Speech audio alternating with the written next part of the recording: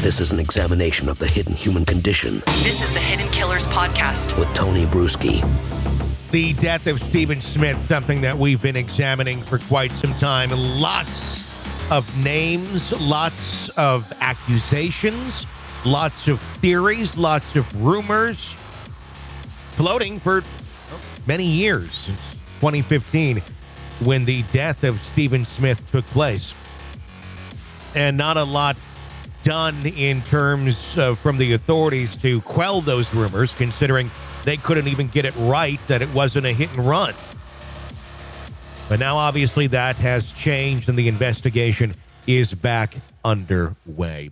There has been speculation, and there has even been persons of interest now named in the death of Stephen Smith, and we have some reporting on that for you. Take a listen. In the sleepy town in South Carolina, whispers of the dark secrets of the once powerful Murdaugh family reverberated through the air in the aftermath of Stephen Smith's brutal homicide in July 2015.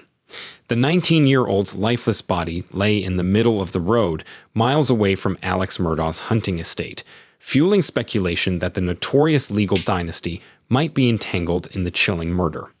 However, a bombshell report from Fitz News shifted the spotlight from the Murdaughs to two persons of interest, Patrick Wilson and Sean Connolly, who lived in the vicinity of where Smith's body was found. Investigators delved deeper into the case. They discovered information that honed in on Wilson and Connolly as potential suspects. The murky timeline of Smith's murder began unraveling when, 5 months after the tragedy, Daryl Williams, Wilson's stepfather, called investigators with a tip. Williams claimed that his stepson had confided in him that Connolly, who was driving a vehicle at the time, struck and killed Stephen Smith. Both Wilson and Connolly were mere teenagers then. The murder investigation, which opened on June 23, 2021, further fueled rumors of the Murdaugh family's involvement, especially when Alex Murdaugh was convicted of the double murder of his wife, Maggie, and son, Paul.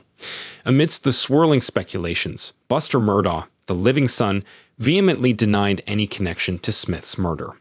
Eric Bland, a lawyer representing Smith's mother, Sandy Smith, concurred, stating that there was no evidence tying the Murdaughs to the gruesome crime. Instead, Bland suggested that Smith's murder bore the earmarking of a hate crime, since he was openly gay.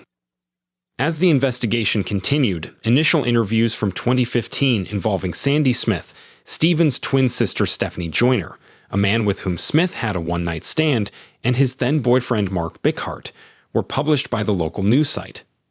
The man who had a one-night stand with Smith revealed that they had met through a Craigslist ad about a week before the murder.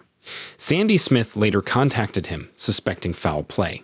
He informed her of a remote possibility that Smith's death could be connected to his explicit Craigslist ads, citing crazy people out there. The timeline of Smith's murder tightened as text messages between him and Bickhart were discovered, with the last exchange occurring at 3:37 a.m., just half an hour before Smith's body was found.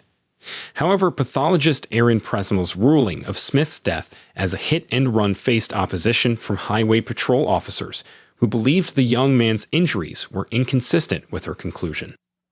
Smith's body was discovered on Sandy Run Road, 3 miles from his out-of-gas car.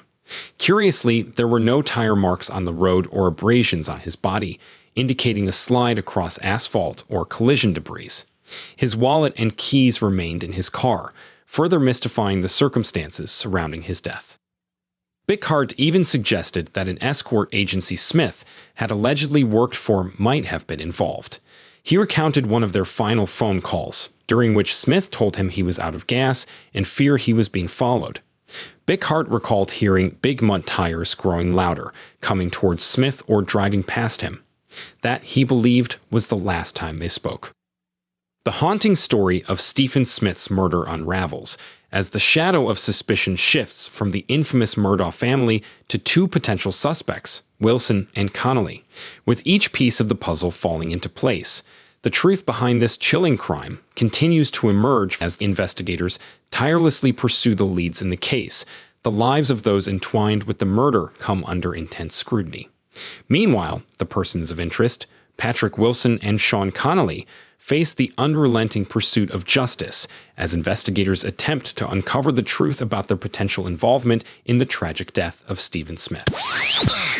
This is the examination of the hidden human condition. You're listening to the Hidden Killers Podcast. This is the Hidden Killers Podcast with Tony Bruschi. Of course, we're continuing to follow this. We had a conversation with Jennifer Coffendaffer about it earlier, and she confirmed her suspicions of those accusations as well.